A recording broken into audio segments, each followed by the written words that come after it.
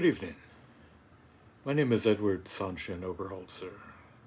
I'm the resident priest and guiding teacher of the Joseph Priestley Zen Sangha in Lewisburg, Pennsylvania. We're a part of Empty Moon Zen. The nerd in me likes the seeming obsession that Buddhism has with numbers. 2 truths, 3 refuges, 4 bodhisattva vows, 108 names, questions, chimes. Now, where does that come from? I do have a theory. There is a compilation of talks by the Buddha, suttas in the Pali, which are arranged by number, talks having to do with oneness, all in a chapter on ones, with talks on pairs, on triads, on quartets, quintets, all grouped together on up to talks with the number of 11 as a theme. It tickles the fancy of this former librarian. If only the Library of Congress cataloging system took advantage of this. Wouldn't that be a mess? As blind Arthur Blake sang almost a century ago, numbers, numbers, just about to drive me wild.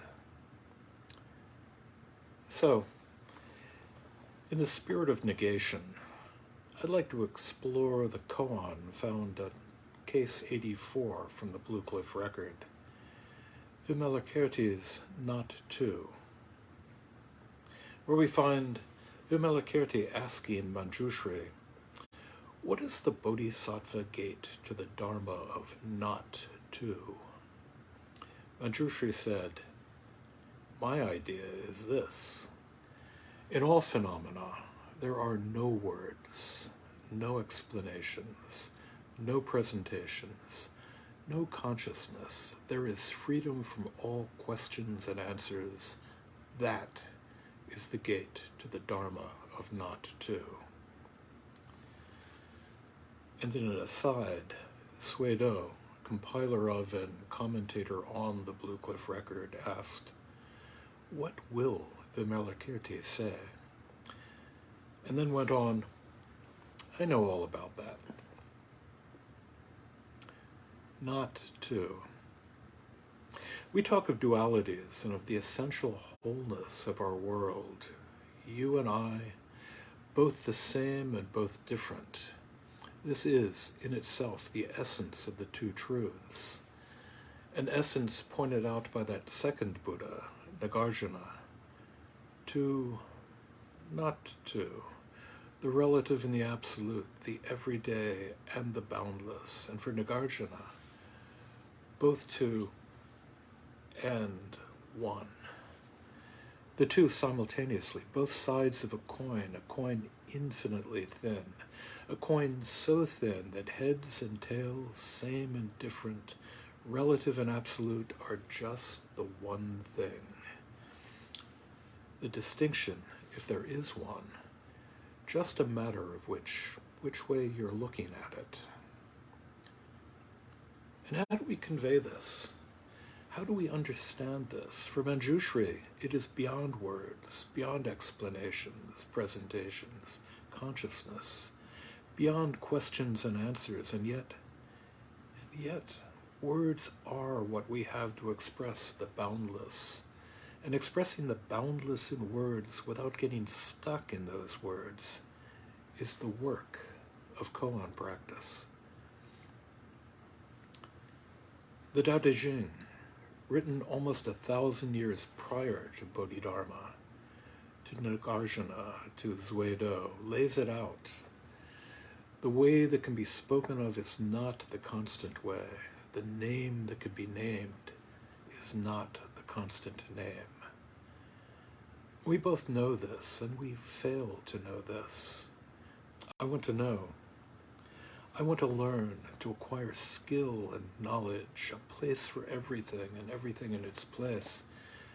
But William Hazlitt reminds us that instead of taking as a motto, I will lead you into all knowledge, we perhaps should say, I will show you a mystery.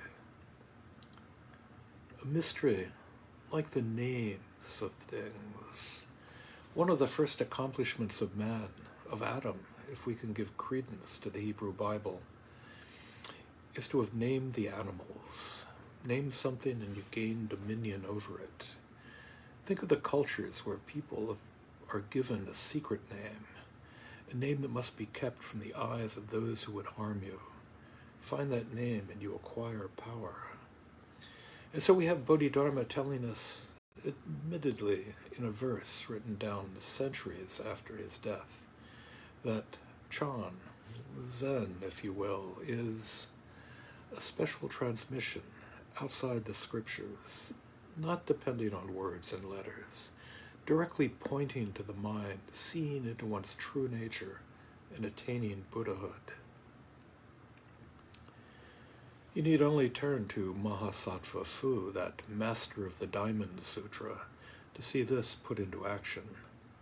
And it was action, not words, that Fu used to expound the sutra in case 67 from that same Blue Cliff record, where we find that Emperor Wu of Liang invited Mahasattva Fu to lecture on the Diamond Sutra.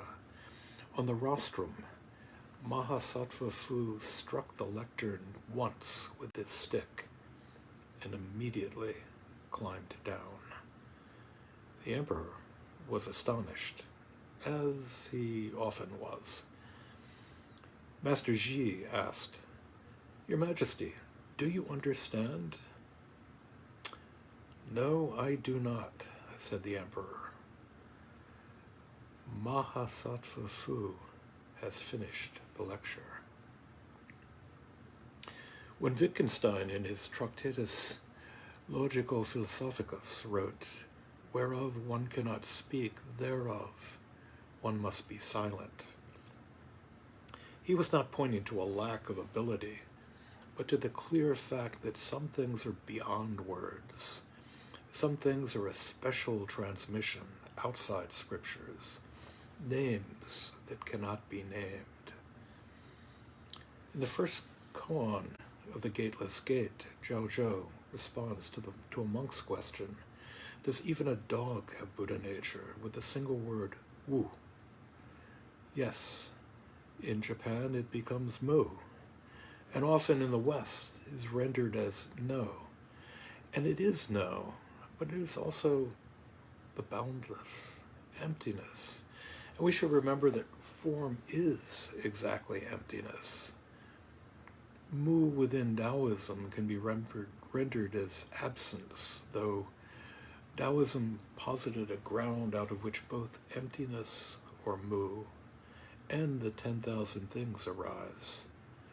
For Nagarjuna, this emptiness is itself empty, devoid of self-nature, and this is our Zen heritage. Still, that central Taoist concept of Wu Wei is not simply no action, but action that arises out of the ground of being, action in accordance with the universe. Wu Shang, or no birth, becomes birth out of that vast field of emptiness that precedes birth. Wu Sin, no mind, becomes not a mind that is empty, but a mind emerging from that void. Wu Wei is no more non-action than Shikantaza is sitting with a mind emptied of all thought. The Tao Te Ching goes on. Returning is the movement of Tao.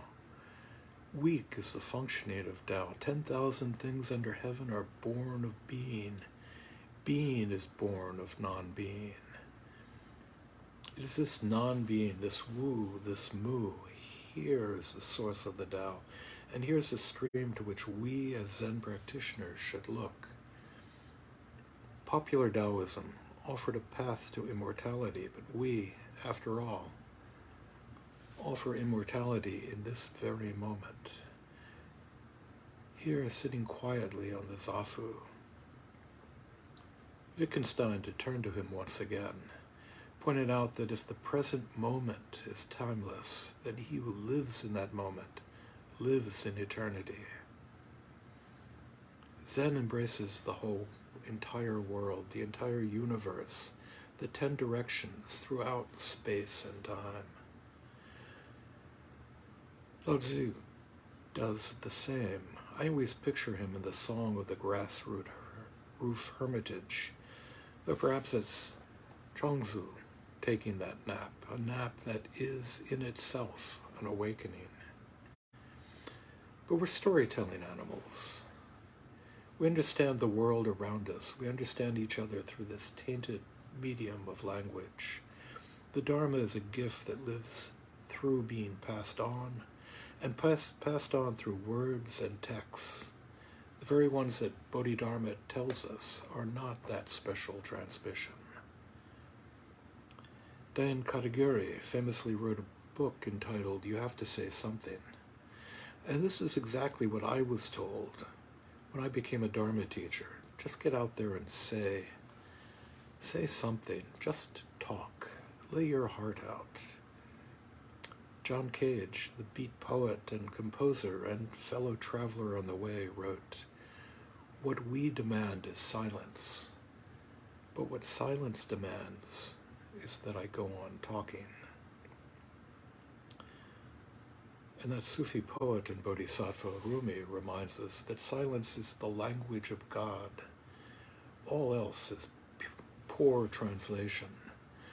Silence can be perhaps the most profound of utterances. Mahasattva Fu slammed his stick down on the lectern. This, just this.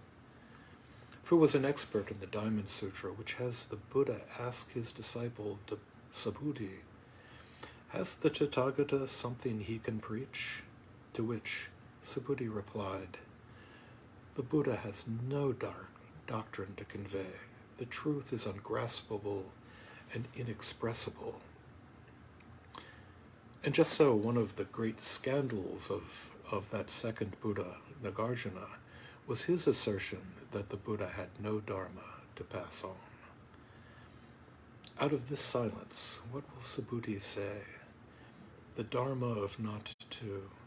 There are no words, and therefore there are words.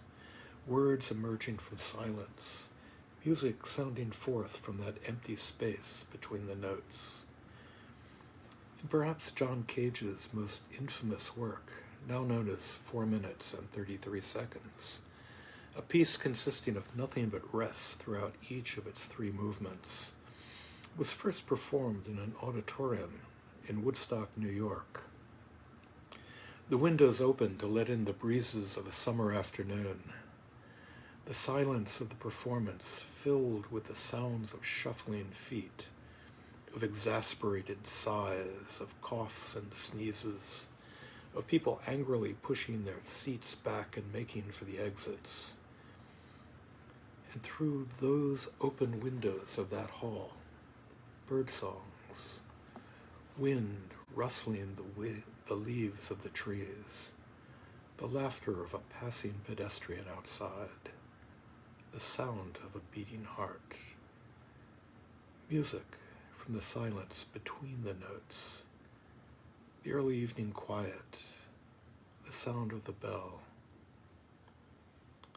And Hakuin, bless him, would have said that I've already spoken too much. Thank you.